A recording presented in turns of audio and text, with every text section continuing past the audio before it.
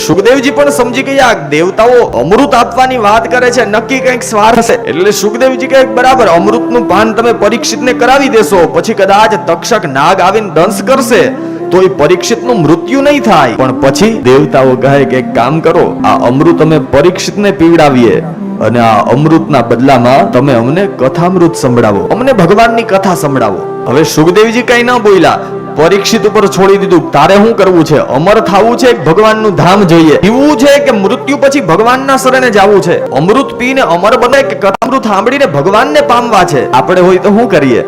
તમને એવું લાગે કે આપણે અમૃત મૂકીને કથામૃત પી લઈએ એમ વાતું થાય તો પરીક્ષિત હતા એટલે ના પાડી દીધી. બાકી આપણે હોય તો મરવું નથી, ભલે ને છોકરા વારે રહેવા થાય ને, હજી 5-10 પેઢી જોઈને જાય. કદાચ પરીક્ષિત અમૃતનું પાન કરીને અમર થઈ જાત, પણ જીવતા રહીને કોઈ સુખી થાય? બધાય સુખી થવાનો ઢોંગ કરતા હોય, બાકી કોઈ સુખી નથી. બધાયને કંઈક ને કંઈક દુઃખ હોય.